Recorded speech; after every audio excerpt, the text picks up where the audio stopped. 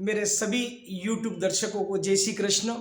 आज श्रीमद् भागवत गीता ज्ञान का ये 18वां अध्याय का महात्म्य BL प्रजापति मोटिवेशनल चैनल पर पहली बार आपको श्रवण कराया जा रहा है। आइए आप और हम श्रीमद् भागवत गीता ज्ञान का 18वें अध्याय अंतिम का हम श्रवण करेंगे। इसके पहले कबीरदास जी ने कहा है कि जो कार्य करना है जिस समय वो कर लीजिए, समय का कोई भरोसा नहीं, एक पल में क्या होगा ये हमको मालूम नहीं है। तो कबीरदास जी ने कहा है वो मैं आपको सुनाना चाहूँगा कि काल करे सो आज कर, काल करे सो आज कर, आज करे सो अब, पल में परलय होएगी बहुरी करेगा कब। यानी कि कहने का मतलब ये है कि जिस कार्य को हमें को अभी करना है वो कर डालिए, क्योंकि कल का भरोसा नहीं है। देखिए समय जाते जाते ये आज का 18वां महात्म्य भगवत गीता का शुरू कर रहे हैं। पार्वती जी कहते हैं कि हे भगवान महादेव जी, आपने हमें भागवत गीता का 17वें अध्याय का महात्म्य सुनाया, अब हमें 18वें अध्याय का महात्म्य सुनाइए। तब महादेव जी कहते हैं कि हे पार्वती जी, अब मैं आपको 18वें अध्याय का महात्म्य सुनाता हूँ, ध्यान लगाकर आप सुनिए। तो ध्यान लगाकर सुनिए। तब भगवान कहते हैं कि हे गिरि नंदिनी, महादेव जी कहते हैं हे गिरि नंदिनी, चिन्मय आनंद की धारा बहाने वाली 18वें अध्याय के माध्यम का वेद से भी तुम उत्तम जानो। भगवान कह रहे कि वेद से भी बढ़कर है। पार्वती जी को कह रहे हैं कि 18 अध्याय का माध्यम आप ध्यान से श्रवण करो। यह संपूर्ण शास्त्रों का सर्वस्त्र कामों में, मतलब जो यह संपूर्ण शास्त्रों में मतलब सर्वस्त्र कानों में पड़ा हुआ जो हमारा रसायन के समान संसार की यातना को छिन्न भिन्न करने वाला है, संसार की सागर से पार लगाने वाला यह पाठ है। सिद्ध पुरुषों के लिए परम रहस्य की वस्तु है, इसमें अविद्या का नाश करने की क्षमता है। इस पाठ के अंदर देखिए ये जो 18वां अध्याय का महात्म्य में भगवान महादेव जी पार्वती जी को कह रहे हैं कि ये जो कानों में जो हमारा कचरा वगैरह जो पड़ा हुआ है, ये रसायन, इसको नष्ट करने की क्षमता इस पाठ के अंदर है। और यह सिद्ध पुरुषों के लिए परम रहस्य की वस्तु है, यह अविद्या का नाश करने वाला है। इसमें भगवान विष्णु की चेतना सर्वश्रेष्ठ परम पद है। इसमें काम क्रोध मोह को नष्ट करने की क्षमता है। देवताओं को चित्त का विश्राम मंदिर है। और संत बोलते हैं कि संत सनानंद आदि का महायोगियों का यह मनोरंजन करने वाला है। जो भगवान कहते हैं कि यह जो सनक सनानंद जी है, सनक सनानंद जी, उन सब का योगियों का मनोरंजन करने वाला है। तो यह पाठ निश्चित रूप से भगवत गीता का जो है ये काफ़ी आनंद की पूर्ति देने वाला है। इस पाठ से यमदूतों की गर्जना बंद हो जाती है। इस पाठ से यमदूतों की गर्जना बंद हो जाती है। इससे बढ़कर और कोई नहीं है। इसलिए हे पार्वती, इस पाठ को ध्यानपूर्वक सुनो। भगवान कह रहे हैं कि हे पार्वती जी, इस पाठ को आप ध्यानपूर्वक सुनो।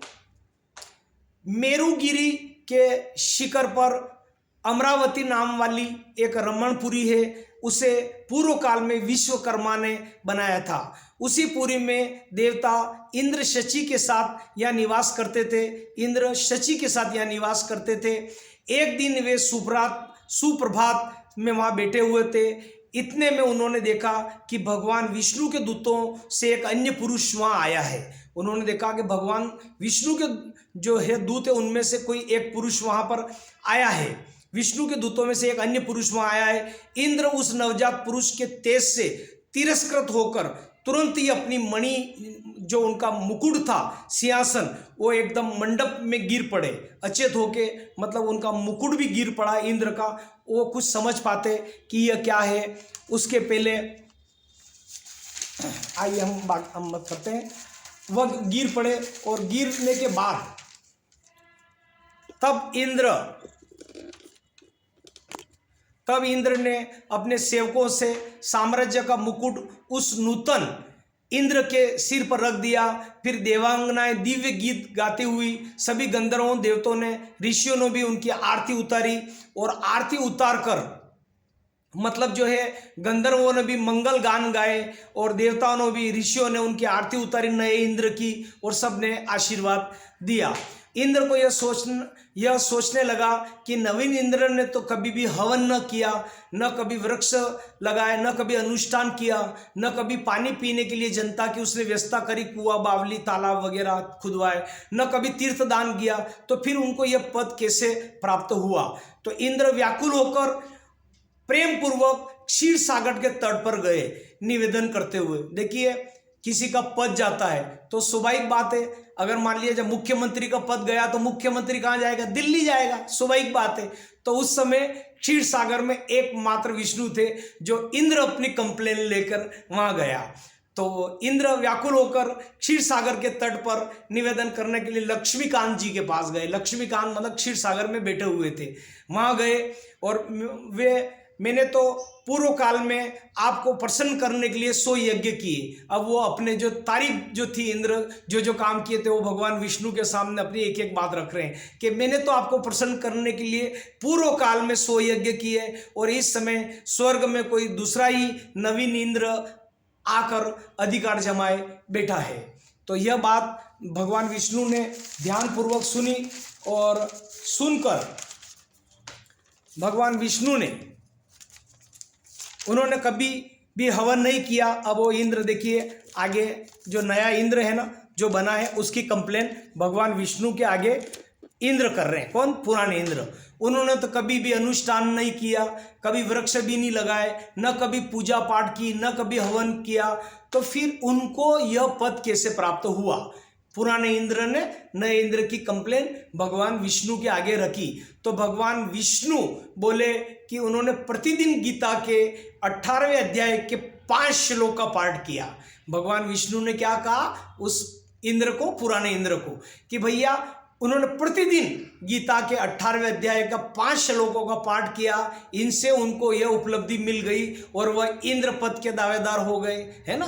तो आपकी सरकार अल्पमत में आ गई। तो क्षमा करना, थोड़ा मैंने राजनीतिक ढंग से आपको समझा दिया। यानी कि अगर आज आपके पास शक्ति है, कहते हैं ना, हमारे बापूजी भी कहते कई बार कि जब मंत्र अपना काम करना बंद कर देता तो अच्छे अच्छे करोड़पति रोड़पति पे आ जाते और कहते अरे यार कहीं वही हमारे मालूम ही नहीं पड़ रही, कहीं समझ में नहीं आई रो, कहीं वही हमारा ग्रह उल्टा भैया। इसलिए अपनी भक्ति वगैरह अपना गुरु मंत्र है, नियमित अगर उसको अपन जब तब अगर करता रहेंगे तो उसका लाभ वगैरह हमको बराबर मिलेगा। तो देखिए, इंद्र का भी अपना पूरा साम्राज्य चला गया है जब तब के कारण, और नवीन जो इंद्र मिला है पद, उनको कैसे मिला कि वो डेली भगवान विष्णु ने कहा कि वो 18वें अध्याय के 5 श्लोक रोज करते थे और उसी के फल से उनको ये प्राप्त हुआ। तो भगवान विष्णु के वचन सुनकर, उत्तम उपाय जानकर इंद्र ब्राह्मण वेश, देखिए अब उसने फिर नई रचना रची। भगवान विष्णु के वचन सुनकर इंद्र ब्राह्मण वेश में गोदावरी के तट पर गए। वहां कालिका ग्राम नामक उत्तम और पवित्र नगर देखा। वहां पर जो एक नगर का उन्होंने खोज किया तो वहां पर एक कालिका ग्राम नामक एक उत्तम और पवित्र नगर देखा, जहां काल का भी मर्दन करने वाले भगवान महाकालेश्वर वहां विराजमान थे। वहीं गोदावरी के तट पर एक परम धर्मात्मा ब्राह्मण बेटे थे, वे बड़े दयालु थे और वेदों के पारंगत थे वो, और वेदों को मतलब ज्ञाता थे। तो वेदों के ज्ञाता थे। वे प्रतिदिन गीता के 18वें अध्याय का पाठ करते थे। उनके पुण्य से विष्णु को सायुज्य पद प्राप्त कर लिया था। मतलब जो सायुज्य कोई विष्णु का होगा पद प्राप्त कर लिया था। इंद्र को लगा कि ये इंद्र का पद तो बहुत छोटा है और उनको समझने में देर नहीं लगेगी। भगवान विष्णु को आशीर्वाद से विष्णु सायुज्य की बात इंद्र को अच्छी लगी और इंद्र भी 18वें अध्याय का माध्यम और उसका पाठ करने लग गए। उसकी फल प्राप्ति से उनको वैकुंठ प्राप्त हुआ। तो भगवान महादेव जी पार्वती जी को कह रहे हैं कि हे पार्वती जी, ये 18वें अध्याय का जो पाठ है ये रोज करने से मतलब आदमी भव सागर से पार हो जाता है, मनुष्य सब पापों से उसका छुटकारा हो जाता है। 18 अध्याय का पाठ श्रद्धापूर्वक सुनना चाहिए, श्रवण करना चाहिए। समस्त यज्ञों का वह इंसान फल प्राप्त कर लेता है। तो इस 18वें अध्याय की अनंत अनंत महिमा है। जिस प्रकार भटका हुआ इंद्र वापस वैकुंठ धाम को 18वां अध्याय का पाठ करके चला गया। आइए और आप और हमसे भी जाने अनजाने में कुछ गलतियां हुई है या कुछ हमारे धर्म थोड़े कम हुए हैं, तो वापस 18वें अध्याय का पाठ करके हम भी हमारी भक्ति को बढ़ा लें, शक्ति को बढ़ा लें और वापस हम मुकाम पे आ जाएं। तो हमारे गुरुदेव कहते हैं कि अगर किसी के पास रोजी रोटी का संकट हो, पैसे हमेशा आता है और टिकता नहीं है, कर्जा हमेशा रहता है, उसको दिशा सही नहीं मिल रही, बच्चों बच्ची के संबंध नहीं हो पा रहे, रोजगार नहीं मिल पा रहा, भटक रहा है, करने जाए सीधा और उल्टा हो जाए, तो आप समझ लेना ग्रह योग सही नहीं। काल सर्प हो, दोष हो, कुछ भी हो, चाहे रोजगार की समस्या हो, पैसे कौड़ी की हो, घर में लड़ाई झगड़े हो, तो 18वें अध्याय का पाठ करने से परम शांति प्राप्त होती है। ये आज आप और हमने इस भागवत गीता ज्ञान का 18वें अध्याय का माध्यम से जानी। आइए हम कल लेकर आएंगे श्रीमद् भागवत गीता ज्ञान का 18वें अध्याय का पाठ। कैसा लगा दोस्तों? ये पाठ पूरा होने के लिए जा रहा है। कल भागवत गीता का 18वें अध्याय का पाठ है, आज माध्यम था, कल अंतिम है। तो उम्मीद है आप सब लोगों को खूब अच्छा लगा होगा।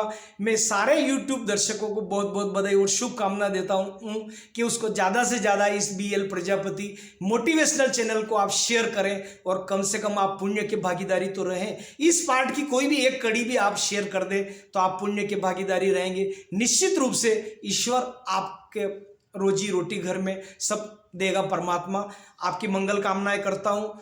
BL प्रजापति मोटिवेशनल स्पीकर आपसे अनुमति चाहता हूं। कल फिर हाजिर होंगे श्रीमद् भागवत गीता ज्ञान के 18वें अध्याय का पाठ लेके।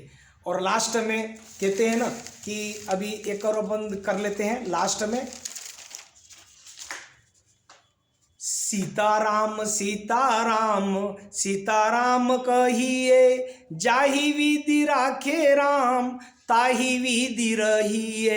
मुख में हो राम नाम, राम सेवा हाथ में, तू अकेला नहीं प्यारे, राम तेरे साथ में। सीताराम सीताराम सीताराम कहिए। करिए आप तो नया काम शुरू। भगवान रघुपति रघुकुल आपके साथ में है, पूरा परिवार आपके साथ में। ईश्वर सारी मनोकामना पूर्ण होगी। जय हिंद, जय गुरुदेव, गौ माता की जय, भक्त और भगवान की जय, अपने अपने गुरुजनों की जय, आज के आनंद की जय, कृष्ण कन्हैया लाल की जय, हर हर महादेव, सद्गुरुदेव भगवान की जय। जय श्री कृष्ण। आप सभी को BL प्रजापति मोटिवेशनल स्पीकर।